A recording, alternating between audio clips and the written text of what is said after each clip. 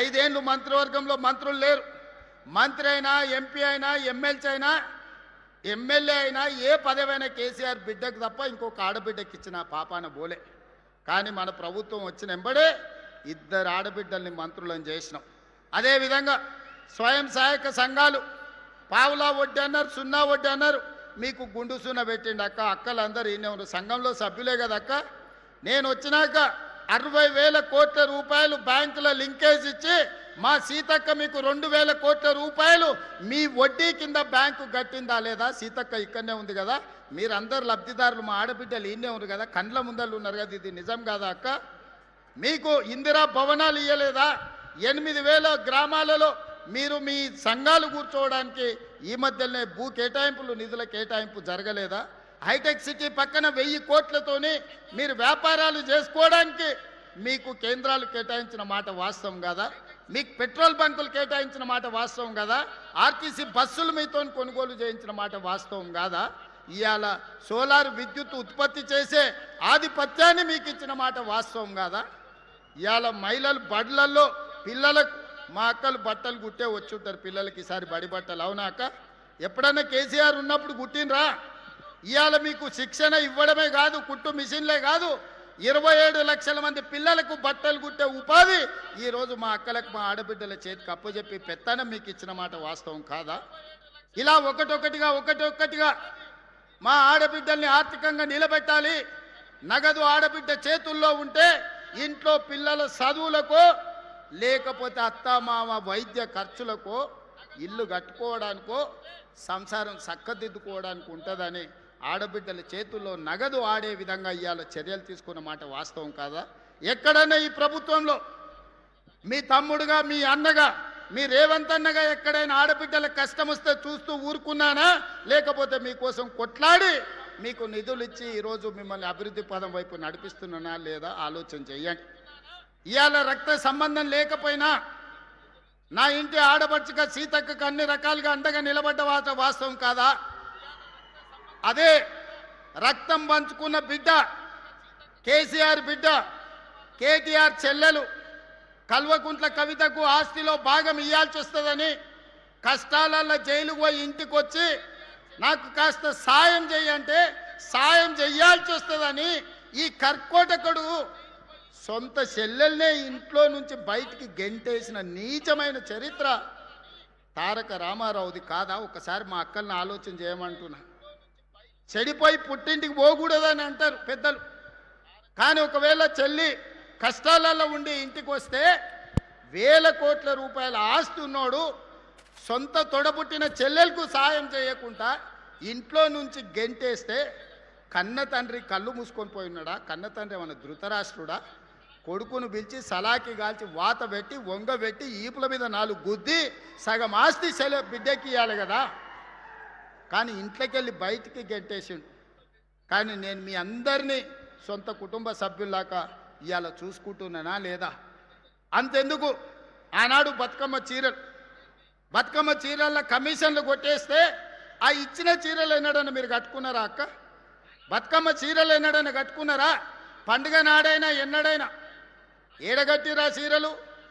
పల్లి చేను వేసుకుంటే పందులు రాకుంటుండనికే బెదిరియనికే చేనుల కాడ కట్టిరు. మొక్కజొన్నలు వేసుకుంటే పక్షులు తినకుంటూ ఉండనికే వాటిని బెదిరించనికే చీరలుగా ఆ చీర తీసుకుపోయి కట్టిరు. ఎన్నడన్నా ఒంటి మీద మా ఆడబిడ్డలు కట్టుకుర్రా? మరి ఇవాళ మీ సోదరుడు ఇందిరమ్మ చీరలు ఇస్తే, పాలపిట్ట రంగు చీరలు ఇస్తే వేలాది పాలపిట్టలు ఈ మీటింగులు వచ్చినాడు మా అక్కలందరూ ఆ చీర కట్టుకొని వచ్చారు.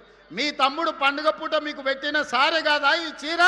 ఈరోజు మీరు ఆశీర్వదించడానికి వచ్చిందంటే ఇంతకంటే నాకు మనసులో ఆనందం ఏముంటుంది? సోదరుడిగా నేను మీకు పెట్టిన చీరను సారె కింద భావించి ఈరోజు వేలాది మంది చీర కట్టుకొని మీరు ఇక్కడికి వస్తే నా ఆలోచన, మా సీతక్క విధానం ఈరోజు మీకు సహాయంగా నిలబడ్డ వాస్తవం కాదా? ఇదే కాదు, నిరుద్యోగ యువకులను ఇవాళ రెచ్చగొట్టాలని చూస్తున్నారు. ఉద్యోగ ఉపాధి నోటిఫికేషన్ల గురించి మాట్లాడుతున్నారు. ధర్నాలు, నిరసనలు చేయమంటారు. 10 ఏళ్ళు ఉద్యోగాలు ఇవ్వలే. నోటిఫికేషన్లు ఇస్తే ప్రశ్న పత్రాలు బజార్లలో పల్లి బఠానీలలాగా అమ్ముకున్నారు. కోట్ల రూపాయలు సంపాదించుకున్నారు. పిల్లల ప్రాణాలు పోయినాయి. 10వ తరగతి పరీక్షలు నిర్వహించలేకపోయినారు. 12వ తరగతి పరీక్షలు నిర్వహించిన తప్పుడు విధానాలతో 27 మంది పిల్లలు ఆత్మహత్యలు చేసుకున్నారు.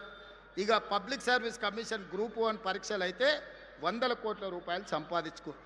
కానీ అదే మన ప్రభుత్వం వచ్చిన తర్వాత 70,000 ప్రభుత్వ ఉద్యోగాలు గ్రూప్ 1, గ్రూప్ 2, గ్రూప్ 3, గ్రూప్ 4, అదేవిధంగా పోలీస్, మెడికల్ అండ్ హెల్త్ వివిధ శాఖల్లో 70,000 నిరుద్యోగ యువకుల యొక్క ఆకాంక్షల్ని, కలల్ని నెరవేర్చడానికి మన ప్రభుత్వం పనిచేసిన మాట వాస్తవం కాదా? ఇవాళ మళ్ళీ పోలీస్ నోటిఫికేషన్లు ఇచ్చినాం, పబ్లిక్ సర్వీస్ కమిషన్ నుంచి నోటిఫికేషన్లు ఇచ్చినాం.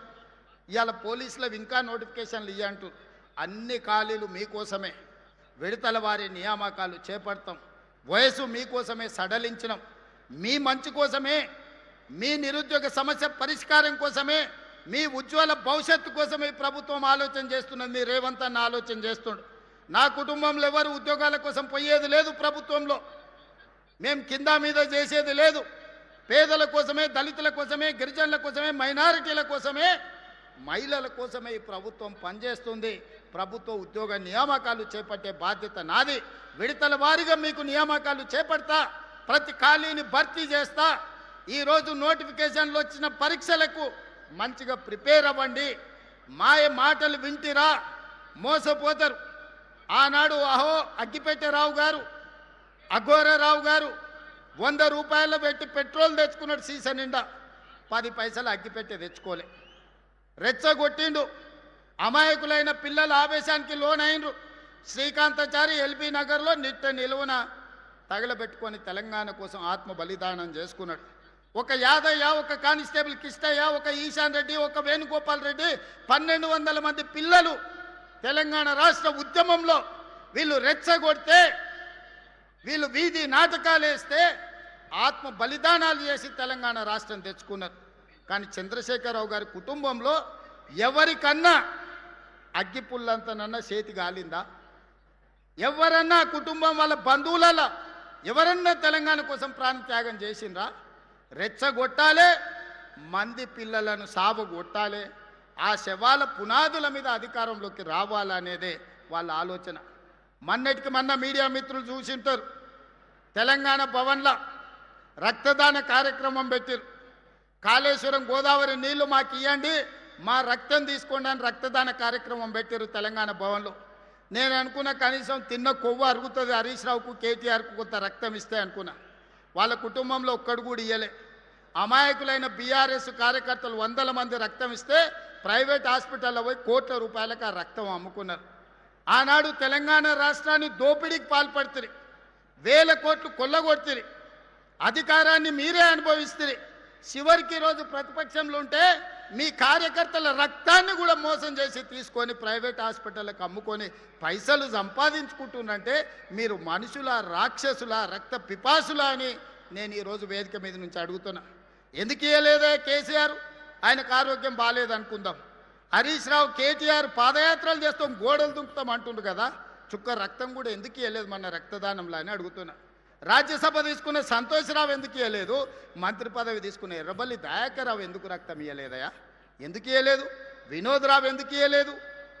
వాళ్ళు మాత్రం ఏమి ఇయ్యరు, సిల్లు గవ్వియ్యరు, సుక్క రక్తం పొట్టివ్వరు.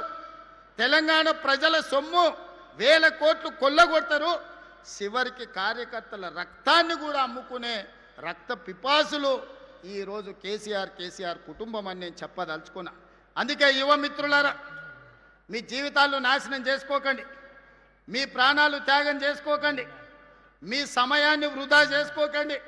మీరు ధర్నాలను, నిరసనలను పోతే పోలీసులు ఏవైనా కేసులు పెడితే మీ ఉద్యోగ ఉపాధి అవకాశాలు దెబ్బతింటాయి. ఆనాడు తెలంగాణ ఉద్యమంలో పెట్టిన కేసులు ఈనాటికి మిమ్మల్ని వెంటాడుతున్నాయి, వేటాడుతున్నాయి. అందుకే మీ సోదరుడు మీ రేవంత్ అన్న ఇక్కడ ఉన్నంత కాలం మీ ఉద్యోగ ఉపాధి అవకాశాల కోసం 100% మీకోసం కృషి చేస్తా, మీ సమస్యల్ని పరిష్కరిస్తా అని చెప్పదలుచుకున్నా. ఒక పక్కన రైతుల కోసం, మరో పక్కన మా ఆడబిడ్డల కోసం, ఇంకొక పక్కన నిరుద్యోగ యువకులు, విద్యార్థుల కోసమే ఈ రాష్ట్ర ప్రభుత్వం ఉన్నది. రైతు సంక్షేమం కోసం, రైతుల అభివృద్ధి కోసం, మహిళల అభ్యున్నతి కోసం, నిరుద్యోగ యువకుల ఉద్యోగ ఉపాధి కోసం మన ప్రభుత్వం పనిచేస్తుంది. నిండు మనసుతో మీరు ఆశీర్వదించండి. అదేవిధంగా నిన్న మన వాళ్ళు మాట్లాడి చర్చిద్దాం సవాలు చేద్దామని శాసనసభలో మళ్ళీ చెప్తున్న మీడియా మిత్రులారా రాసుకోండి. సెప్టెంబర్లో శాసనసభ సమావేశాలను పెడతాను. నేను ఒక పోలిక నేను మీకు చెప్పదలుచుకున్నా. आपके साथ साथ कोडिंग निंजास का data analytics boot camp join किया था। सिर्फ 6 महीने में सारे के सारे डेटा और जेएनआई टूल्स रियल इंडस्ट्री प्रोजेक्ट्स पर काम करके सीखे। पोर्टफोलियो तो बना ही बना, साथ ही साथ प्लेसमेंट सपोर्ट से जॉब भी लग गई। अब मैं डेटा एनालिस्ट మంత్రులను చేసిన నేను ఆనాడు చంద్రశేఖరరావు ముఖ్యమంత్రి అయితే ఆయన ఎర్రబల్లి దయాకర్రావుని మంత్రిని చేసిండు. నేను ముఖ్యమంత్రి అయితే మా అడ్లూరు లక్ష్మణ్ని నేను మంత్రిని చేసిన. ఆనాడు చంద్రశేఖరరావు గారు ముఖ్యమంత్రి అయితే ఆయన బిడ్డను ఎంపీ చేసుకున్నాడు, ఓడిపోతే ఎమ్మెల్సీ చేసుకున్నాడు. నేను ముఖ్యమంత్రి అయితే మా చెల్లెలు డాక్టర్ కావ్యను పార్లమెంట్ సభ్యుడిగా చేసిన, యశస్విని ఎమ్మెల్యేగా చేసిన నేను.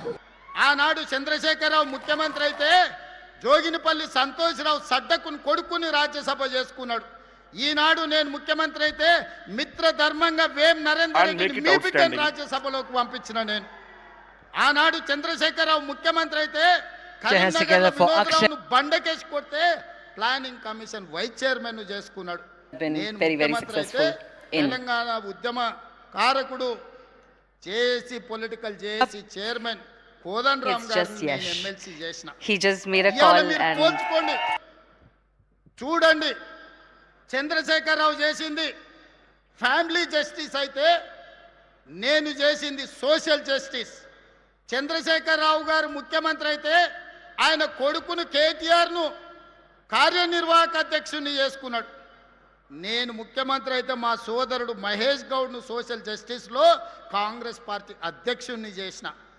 ఇవాళ మీరు చెప్పండి సోదరులారా, కేసీఆర్ అయితే కేసీఆర్ కుటుంబానికి లాభం. అదే కాంగ్రెస్ పార్టీ అధికారంలోకి వస్తే బీసీలకు, ఎస్సీలకు, ఎస్టీలకు, మైనారిటీలకు మీ కుసూర్ పాషా ఈరోజు ఒక బలమైన బాధ్యతలు ఉన్నాడు. ఒక అజరుద్దీన్ ఈరోజు ఒక మంత్రిగా రాణిస్తున్నాడు. అందుకే ఈనాడు నేను స్పష్టంగా సవాల్ విసురుతున్నా. చంద్రశేఖరరావు ముఖ్యమంత్రి అయితే ఎవరెవరికి లాభం జరిగిందో, అదే ఇందిరమ్మ రాజ్యం ప్రజాపాలన వస్తే ఏ రకంగా సీతక్క, కొండా సురేఖమ్మ మంత్రులైందో, ఏ రకంగా అడ్లూరు లక్ష్మణ్ మంత్రి అయిందో, ఏ రకంగా అజరుద్దీన్ మంత్రి అయిందో, ఏ రకంగా డాక్టర్ కావ్య ఎంపీ అయిందో, యశస్విని ఎమ్మెల్యే అయిందో, వేం నరేందర్ రెడ్డి రాజ్యసభ అయిందో, లెక్కలన్నీ పక్కాగా నేను చెప్తా. ప్రొఫెసర్ కోదండరామ్ ఏ రకంగా ఎమ్మెల్సీ అయిందో, ప్రొఫెసర్ జయశంకర్ గ్రామం రెవెన్యూ విలేజ్ ఏ విధంగా అయిందో నేను లెక్క చెప్తా. ఆ గ్రామానికి మా అన్న చెప్తున్నాడు 10 కోట్ల రూపాయలు డెవలప్మెంట్కి ఇచ్చినామని. ఆయన మాత్రం చింతమడకకి ఇచ్చుకున్నాడు. అవి కూడా ఇచ్చిండో కమిషన్లు కొట్టేసిండో నాకైతే తెలియదు. అందుకే ఈనాడు మిత్రులారా, ఇది ప్రజాపాలన. ఒకటొకటిగా సమస్యల్ని పరిష్కరించుకుంటున్నాం, మెల్లమెల్లగా కూడా తీసుకుంటున్నాం. ఈరోజు బోల్తా కొట్టిన బండిని పట్టాలు ఎక్కించినాం, ఇక పరిగెత్తిచ్చుడే ఉన్నది. మీ అందరి సహకారం, మీ అందరి ఆశీర్వాదం ఉండాలి. నిండు మనసుతో ఏ విధంగా అయితే పరికాలలో మన్న ప్రకాశాన్ని గెలిపించినో, రాబోయే 2029లో రెట్టించిన మెజారిటీతోని ఈ ప్రాంతంలో గెలిపించండి. ఆ పక్కన దొంతి మాధవరెడ్డి గారిని, మిగతా వాళ్ళని, వేదిక మీద ఉన్నోళ్ళని, గక్కనే మన నాయన్ రాజేందర్ ఉన్నాడు.